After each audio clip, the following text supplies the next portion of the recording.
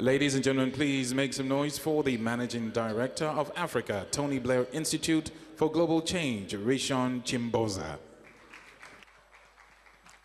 Thank you very much for that. I was just thinking back to the earlier session, and I was pretty disappointed because I saw the whole of Africa was represented, with the exception of Southern Africa in the dancing competition.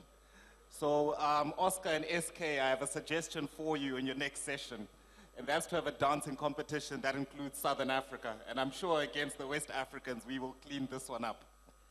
So Your Excellencies, honorable ministers, commissioners, distinguished guests, ladies and gentlemen, and members of the youth, I'm delighted to have this chance to address you today. The Special Advisor to the Governor of Lagos State on Innovation and Technology, Mr. Chimboza Alake, thank you for extending this invitation for me to share my thoughts on the important and pertinent topic of how we can leverage technology to meet the needs of the millennial generation towards workforce development. As we would say in my part of the world, all protocols observed. My name is Rishon Chimboza, and I'm the Managing Director for Advisory at the Tony Blair Institute for Global Change. I oversee our work across 18 countries in Africa, advising governments and political leaders on how to deliver better outcomes for their citizens. Our global team works across 4 continents to support leaders with strategy, policy, and delivery. From COVID-19 to the tech revolution and net zero transition, we provide practical policy solutions and embedded support in response to the world's biggest challenges. So what does this mean in simple English? When the Institute was founded 15 years ago, the whole premise for our existence was to work with political leaders in 3 areas, which is strategy, helping those leaders define what their priorities are, and for those of you who are serving in political office or do interact very closely with politicians, you recognize that there are so many priorities that you have to deal with. Our job is to work with those leaders to help them really whittle down what those essential priorities are. Policy, which is pretty self-explanatory. What are the policies to deliver on those priorities? And then delivery, which a lot of you know us for, because at the end of the day, the electorate will judge you based on what you have delivered. So we work very closely with those political leaders to deliver on those priorities. And because of the day and age in which we live in, technology is incredibly important. So for us as the Institute, we have taken our position as a trusted advisor to governments across 18 countries very seriously, to work with them to put technology front and center of what they do. There were various sessions earlier on where the role of government had been discussed. The thing about government, we've spoken about labor mobility, we've spoken about the competition for talent, etc. No matter what you try, you cannot import your government. You work with the government that you have. But government also has a very important role to play within this technology revolution. Often we talk of government providing the enabling environment. But in the 4th Industrial Revolution, what exactly does that look like? So with a number of governments, what you'll find is technology is usually relegated to maybe the Ministry of ICT or even the IT officer. But in terms of how government is actually delivering on its day-to-day work, technology has scope to do much, much more. There's areas such as digital ID, there's areas such as cloud computing, there's areas such as investment within data centers where government has a very strong role to play. Of course, the private sector can come in as a technical partner, but government has to be driving this. So for us as the Institute, our premise is that the government of the future is one that has to put technology front and center of what it does. So my presentation today will focus on a simple premise, that the governments of the future must work differently to meet the needs of a new tech-savvy electorate comprised primarily of millennial digital natives. So just to recap on some stats that almost every other speaker has spoken to earlier on. By 2030, there will be more than 375 million people under the age of 35 in the African labor market. By 2035, more young people will enter Africa's workforce each year than the rest of the globe combined. And by 2050, a quarter of the world's working age population will be African, making it the largest workforce in the world. The context that we now find ourselves in aggravates this challenge. Younger people are struggling to find work in both traditional and digital economies. This is not news. The COVID-19 pandemic turned on its head what we thought we knew about how to address the needs of young people entering the tech workforce. And well-meaning government programs designed to address these challenges too often have the unintended consequence of fixing one problem and then creating another. In this context, forward-looking and progressive governments that seek to meet the needs of an increasingly tech-savvy electorate must focus on leveraging two things. Number one, policy, and number two, effective delivery, all underpinned by technology, to tackle the development challenges that we face and create new opportunities for young people. A survey completed by Gartner suggests that 61% of employees report greater job satisfaction and productivity when they can take advantage of technology to manage how they work. And this is especially true for the millennial demographic. So this raises the question, what must progressive governments do to accelerate the adoption of tech in the public workforce? I believe that a comprehensive framework of interventions should begin with the following key pillars. Number one, focused government and private sector investment in technology to drive digital transformation and grow the country's innovation ecosystem. Number two, continued investment to widen access to and strengthen the quality of digital connectivity, in particular broadband connectivity and digital device programs. Number three, there should be ongoing efforts on skilling, upskilling, and reskilling our talented digital natives. And number four, consistent progress towards an enabling and transformative governance model with an environment that allows young people to take advantage of the huge possibilities of tomorrow's economy.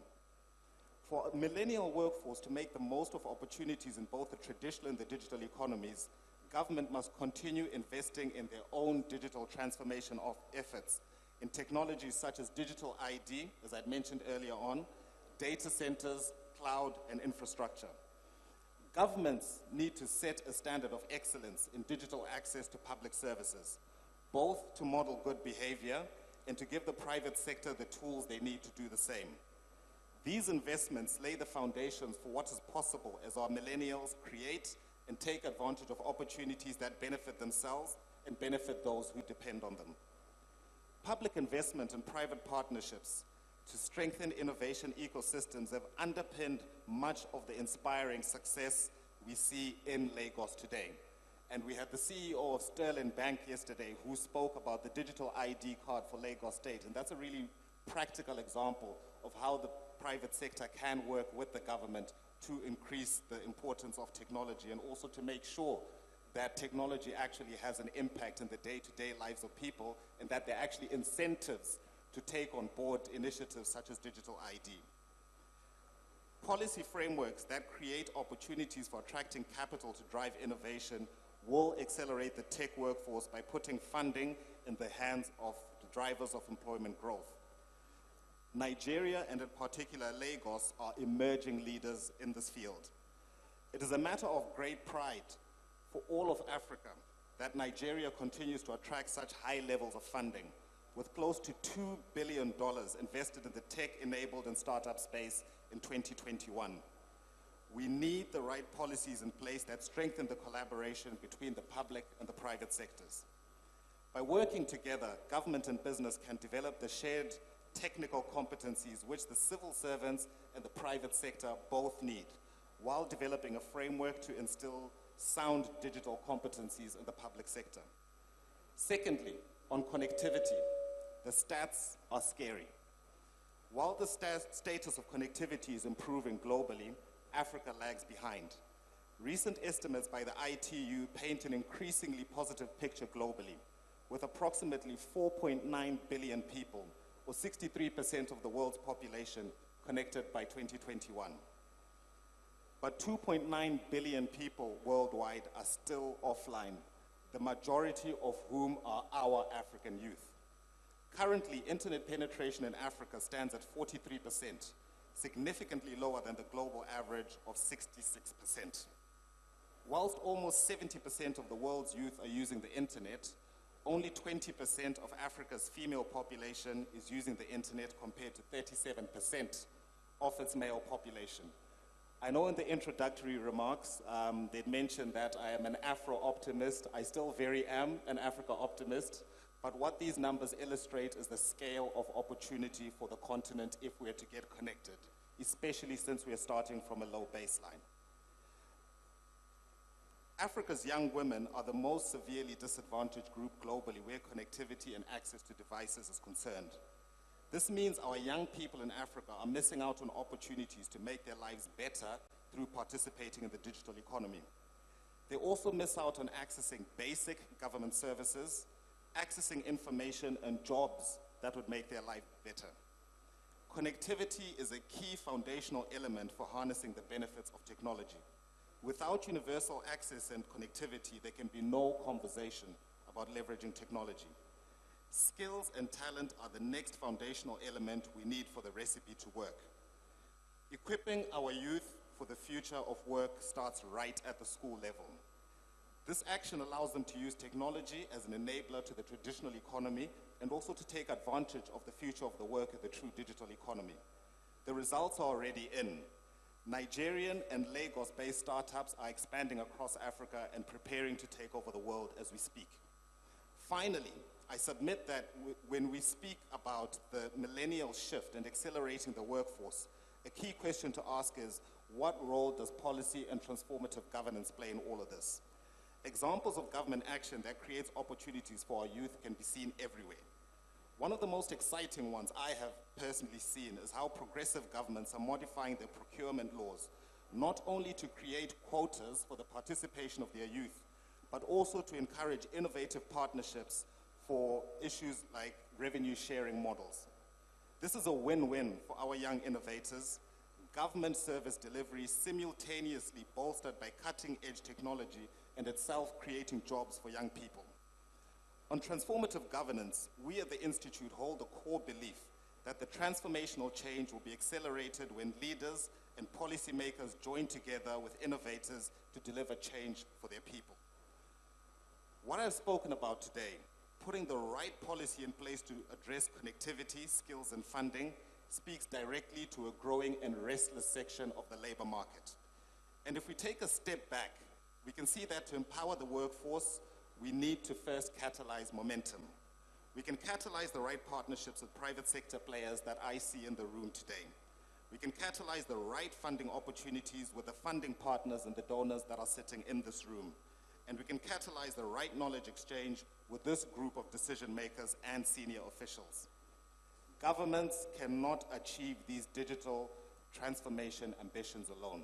They need close collaboration with the private sector to encourage and sustain investments that build the necessary infrastructure, train our youth, and put in place the right policies through an inclusive and consultative process. And so to action, ladies and gentlemen, the time is now.